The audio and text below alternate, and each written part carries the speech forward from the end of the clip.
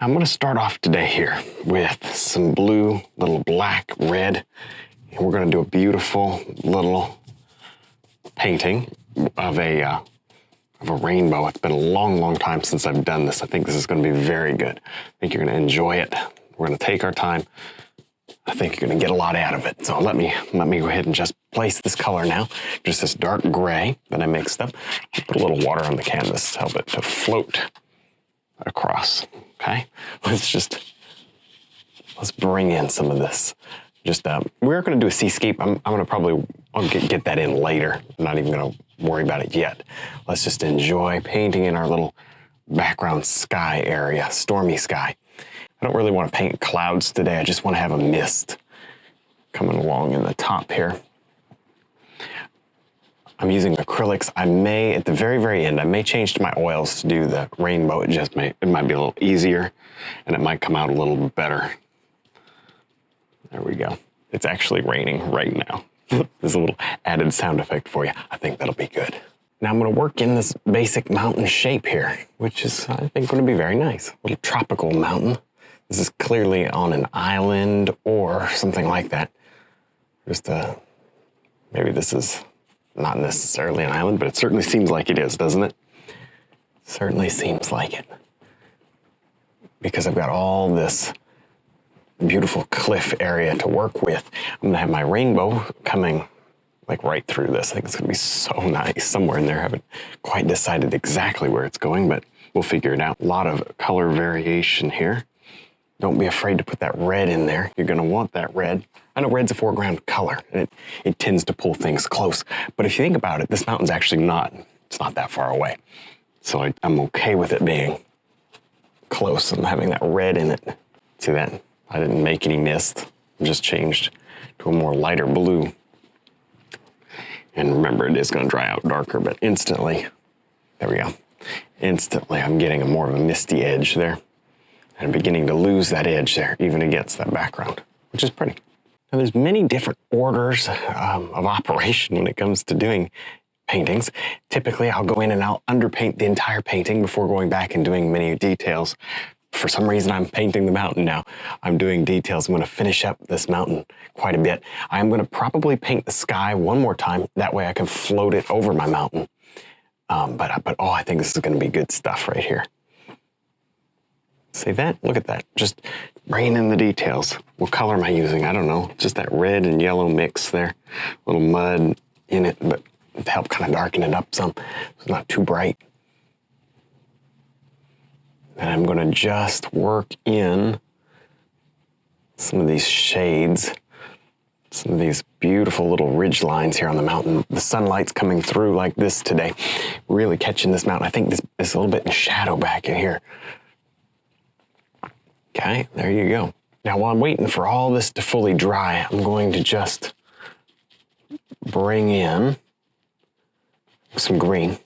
Just some green color. What this is going to do, probably going to take a couple of coats. Of course, I've got a purple mixed in with that green. It's not just green, but we'll have that purple thrown in also. What is that going to do for me? Well, that's going to create a tie-in between the mountain and the grasslands, the tree-covered mountain stuff going on as it comes down in here toward the ocean. Yeah, that'll work. See that? In some areas, maybe a little more yellow. Your paint, it's important not to just do it one color, but you want to really pretty well build in your highlights and your shadows, even in the underpainting. I've done that for a long time, and I can't tell you how much it helps to build whatever you want to do in your underpainting so that all you have to do is stick a little highlight on it, stick a little shadow on it, and you've got a finished product. It's so easy when you compare it, to doing it the hard way, where you would block this in all with something like just dark green and say, well, now I'm going to painstakingly pick out all my shadows and highlights. Oh, this is so much better. Covered in this little cloud. That's what it is. This cloud is rolling through, and this is why we're going to have that beautiful rainbow. Technically, I don't even need to worry about this corner, as it's not going to be seen because of the palm tree. There. Ooh, look at that. Look at that. Yeah, we're starting to get somewhere. I think once that fades, once that dries, it'll kind of fade back. We'll have that mountain show back. I'm guessing the mountain's gonna reappear. If it doesn't, I'll paint it back in. It's gonna reappear, don't worry. I've done this sort of thing before. Yeah. Now that background is totally dry. And look how it came out. The mountain returned. I did not paint that mountain back in after we glazed it. That mountain returned on its own. A lot of this returned on its own too. I can totally see, not so much even while I'm standing here, but as I look over into the monitor, I see where through the camera, all this detail, even up into here, that's great. And that sort of stuff you don't see close up. You have to go back, well, 6 feet at least, 7 feet, 8 feet, whatever. Depending on your painting, 10 feet, 12 feet. Hey, we've all been there. I'm gonna take some blue and red and whatnot. Even just a little touch of green, why not? What's that green gonna do? I don't know, just sort of bring a little life into that water. I'm gonna begin to underpaint the water. It didn't hurt to get a little of our foundation medium. That's probably better than thinning it down. Well, you can thin it down with water, but I think I'm gonna thin it down with that foundation medium. It'll be a little easier. It doesn't go so transparent so quick, you know what I mean? It doesn't just lose all of its body, which is good. It to me helps a little. Now I'm gonna place in right here my sand for the beach. Very, very quickly. Don't need a lot of it. Some of it will be covered with water. That'll be really nice to have some of it showing through. That is one of the things that is much easier. There's my color. See, it's not very bright. It's kind of just a dull matte color, nothing vibrant or shiny or anything like that. That looks pretty good. And then bring that out into the ocean, which is actually dry. Okay, so let me just get this covered in. Hard to tell what this is actually up here, but this is just gonna be sand also. Make it easy. Right there. And it has that bit of a slope to it, just to make it more interesting. Almost coming into a little sand dune type of thing. Fill that in. It might take a couple coats to fill in properly, but that's kind of the least of my worries right now. Don't forget to continually be misting your palette or else it will dry. Ask me how I know that. Oh, that's one of those lessons you get to learn over and over and over again, it seems. At least I do. All right, let's work in our palm trees. Why do palm trees right now? Why not wait? I don't know. But I'm gonna do palm trees right now. I wanna get in a little bit of detail and texture here. I think that will really set this off nicely. Now, when you go down to the sand, is this sand even wet? No, it's not wet. I can just take my finger and rub them so that at least they feather. You know, I may need to come back and do a little more to it, but I don't want a hard line where these palm trees are gonna meet the sand dunes. This is good because it sets the stage for, you know, if you've got one, you're gonna have another. I have one single tree in the foreground and that wouldn't make any sense unless we kind of show, hey, there are some palm trees here, because you can't tell what these are. It could be any kind of jungle trees, and they still may be, but I gotta have some palm trees here to make it feel right. Well, now that I've got most of the sand in place, I can work in my water areas. See, you know, wouldn't make a whole lot of sense to do this before the sand, you know, is too established. But now that it's all in, this is good. This is going to work out just fine. I've got just some light blue. So obviously some white is going to be useful in this area. You know, one trick you can do if you're sure that this is dry, I'll just angle my mister bottle down. I'm just going to mist the water area. The reason why I would do that is because that helps it to just glide, and a little bit like a watercolor painting, it'll just hit it and disperse. That's okay, as long as you know it's bone dry. It's not okay if it's not dry. Why is that? Because it just will leave these little beads and weird shapes to your, you know, in your painting. It'll look weird. Now, if you want a little breaking wave back here, you still got some water on it, I can do that, just a little breaking wave. If you don't want it too big, at least I don't want mine too big, because it'll make it come too forward. I'm just gonna touch and blend. A couple coats again may be necessary, and that, keep it small, it's gonna be good. So now I'm gonna work in here some highlight on the left-hand side. Well, try to put it on the left hand. It's gonna be kind of on the top and left-hand side of each tree, but I'm not gonna be so careful, you know, to point out each tree specifically. It's just get the main ones here and kind of make it look enough like it is a little tree line. But right there, see, we're starting to get a little sunlight, and my rainbow is going to be right in this area. So you want your sunlight right in here. So that works. That works.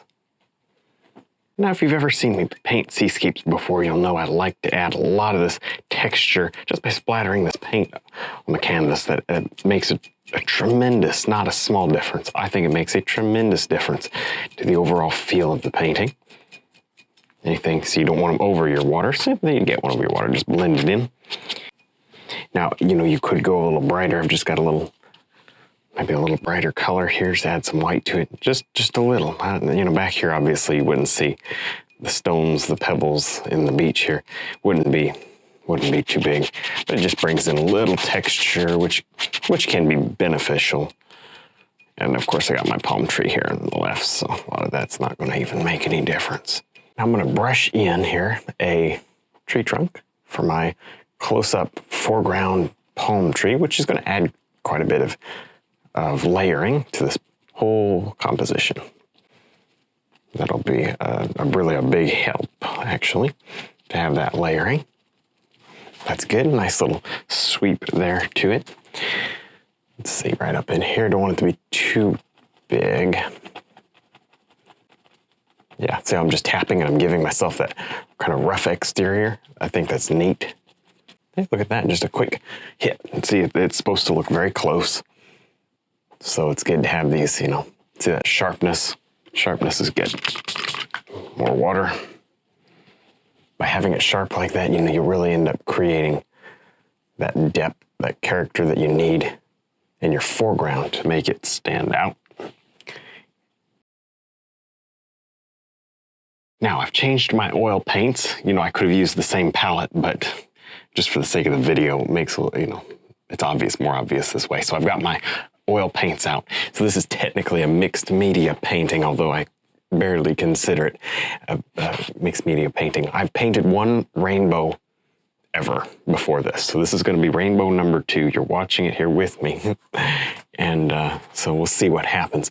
The previous rainbow that I painted was in acrylic. And I think the one thing I learned from that is I'm going to try it in oils. Yeah. Okay, here we go. I'm starting with yellow. Why? Well, seems like a good place to start. Somewhere in the middle. Here we go. Everything is very dry. My acrylics are very, very dry. And I did put a layer of foundation medium over the entire canvas, which makes it a little bit shiny and a lot more durable. If you don't paint rainbows all the time, this isn't that easy. And I am going to give myself permission to mess up, and I'm not going to feel bad about it, and I'm going to just try again if I need to try again, and that's okay. I'm going to do this very slowly because I don't have to worry about the acrylics drying, or the oils drying, I should say. The oils will not dry for a long time. The rainbow is in. It's not that I don't like it, I do like it, actually.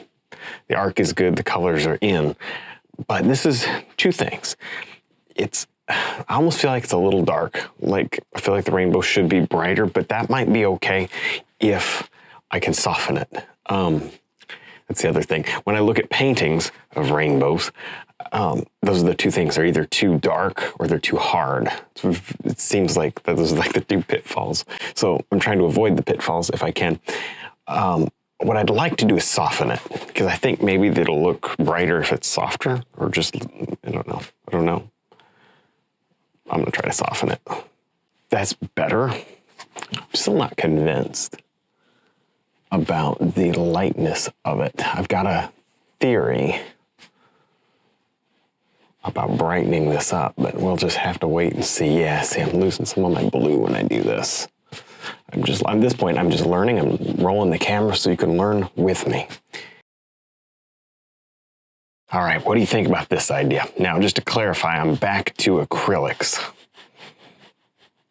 So this is no longer oil paint.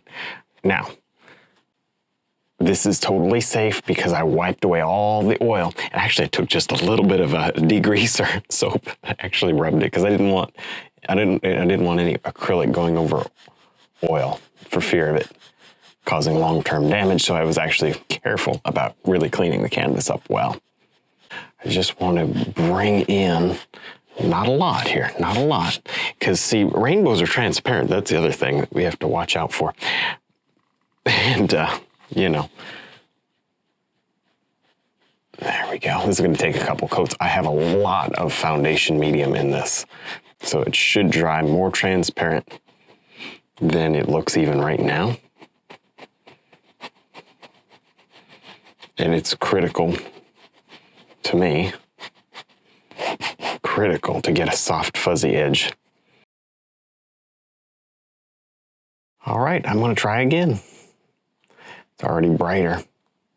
I'm just going to repeat the exact same steps that you saw before, which is just working in the color, you know, whatever color is appropriate for the slot. I'm going to blend just slightly. Okay, yeah, that's certainly brighter. You know, I think it'll be plenty soft. I don't think we're going to have an issue with soft or hard edges. Let's continue with just the rest of the colors, really, and see how it goes. I'm kind of excited. Go right on the outside here with this red. Technically, we wouldn't have to paint orange. I should be able to just paint red and then blend the two together. I don't know if there's enough paint to do that or not, or if there's, you know, the red will just totally destroy the yellow, probably what would happen. But let's not worry about it and just throw it in. I think I'm really starting to dial this in just by rubbing it. See, it was too harsh up here, better down here. Better. If you actually look at photos of rainbows, they're not that, they don't look like that. They look more like that. I'm dialing this back just by rubbing softly, delicately, not twisting my paper towel around so as to like pull the colors across. You see what I'm saying? I like keeping it as best I can. Well, this is about my third attempt, and I finally figured out what I was doing and how to make this better. You see, I wanted this to look bright, yet soft. And I was getting either bright or soft. So I went back to just the mountain underneath, no underpainting for the rainbow. And now, see, I'm going to make it bright at the bottom and almost nothing at the top. And I'm using oils. This is still oil paint.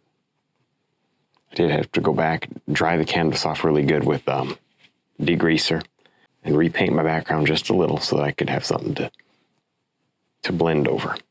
There's not that much instruction because I looked online for instruction. There's not much.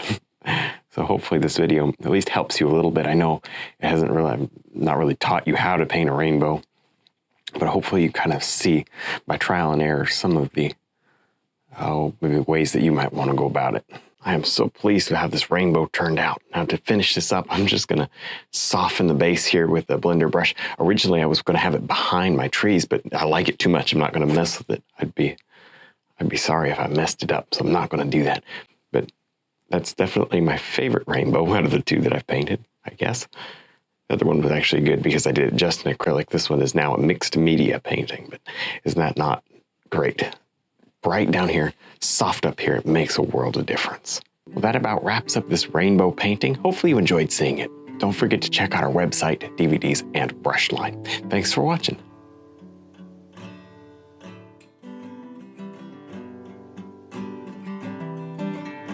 Well, hopefully you enjoyed this video. Remember to subscribe if you're not already, and click the like button. It helps me out a lot. Stick around, watch a couple more videos, and stay inspired.